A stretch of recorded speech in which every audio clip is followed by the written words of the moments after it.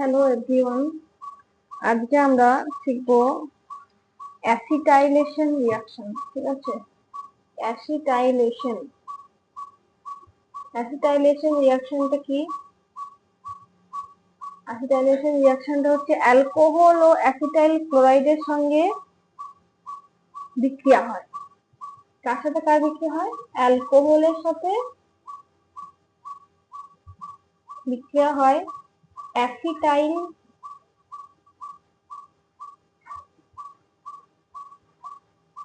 Chloride.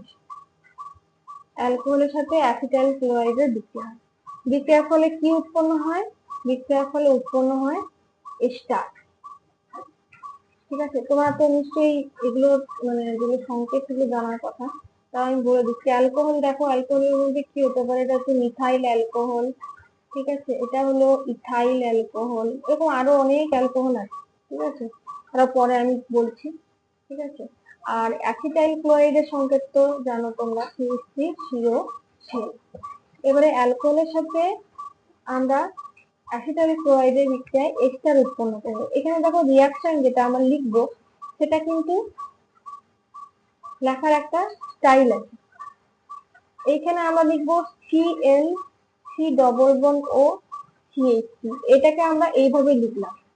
কেন লিখলাম? কারণ আমাদের এই HCl-টাকে এখান থেকে বার করতে হবে, -HCl। তাহলে কি হলো আমাদের উৎপন্ন হলো CH3 ও C ডবল বন্ড ও CH3। এই জিনিসটা কি? এটা হলো এস্টার। এস্টার গ্রুপটা কেন বলছি আমরা? কারণ এটার মধ্যে এই যে গ্রুপটা, সেই গ্রুপটা থাকার জন্য আমরা কি বলবো? এটাকে এস্টার বলবো। এই গ্রুপটার নাম হলো এস্টার গ্রুপ। এটা কি বলবো?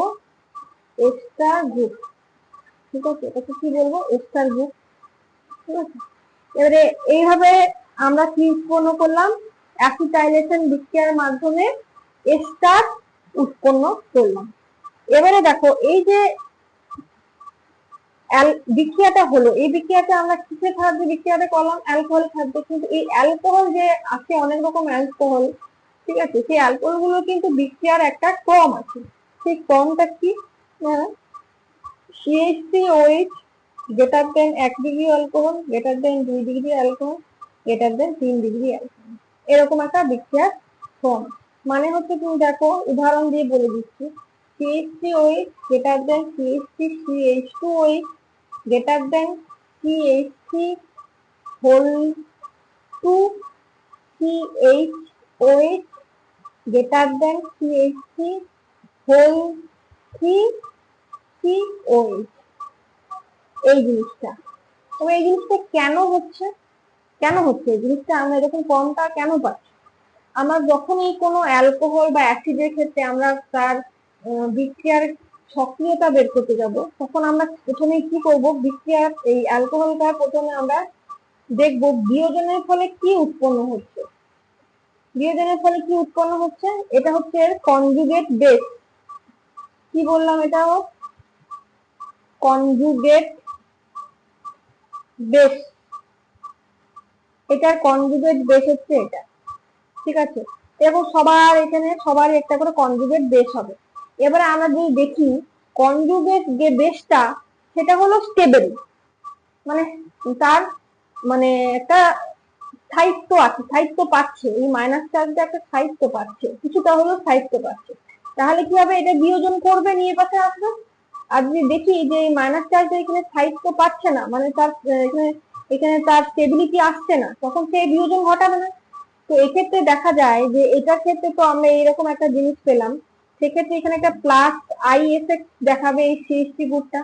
কিন্তু সব থেকে বেশি প্লাস আই এফেক্ট দেখাবে কোন গ্রুপটা? এই গ্রুপটা।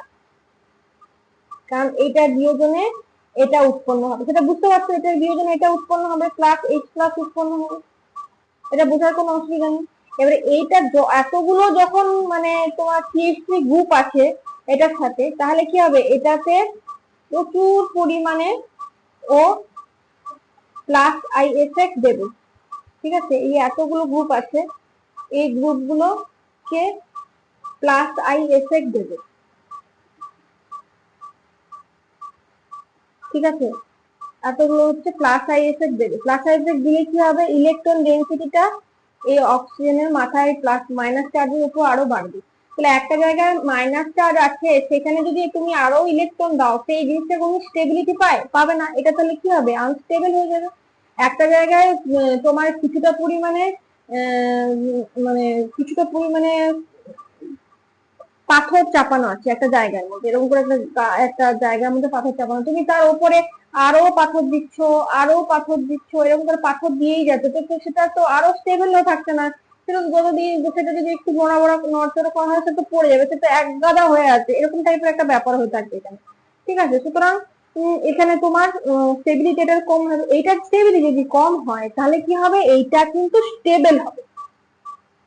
বারবার বলেছি যে কনজুগেট বেসের স্টেবিলিটি যদি কম হয় তাহলে কি হবে, এই যে এই জিনিসটা তখন কি হবে, আমরা স্টেবল পাচ্ছি।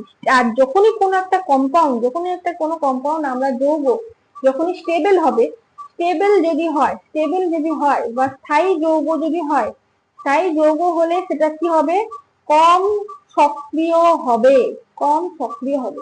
তাহলে আমরা যেটা বলছিলাম সেটা তো বোঝা গেল যে এখানে সক্রিয়তা কম হচ্ছে এটা।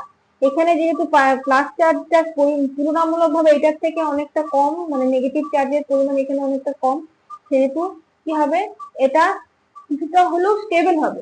স্টেবল হওয়ার জন্য এই জিনিসটা স্টেবল হওয়ার জন্য এটা কম স্টেবল হবে, মানে এটা ওটা ওরকম হতে চাইবে, প্লাস ছাড়তে চাইবে, তাহলে এটা কি হবে, এটা কম স্টেবল হবে। তাহলে আমরা সেটাই দেখতে পাচ্ছি, এটা স্টেবিলিটি কম, তার মানে এটা বেশি সক্রিয়। এখানে কি হচ্ছে, কম স্টেবল, কে না এ, কম স্টেবল মানে হচ্ছে কি বেশি সক্রিয়, কম স্টেবল মানে হচ্ছে বেশি সক্রিয়। বোঝা গেল? এটা তাহলে কমটা বোঝা গেল কেন এই কমটা আমরা পেলাম। সবাই বুঝতে পারছো এই ব্যাপারটা?